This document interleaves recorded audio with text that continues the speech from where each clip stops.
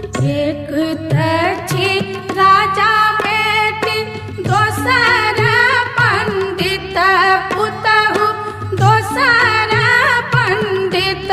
पुतहु, हमरा से होतै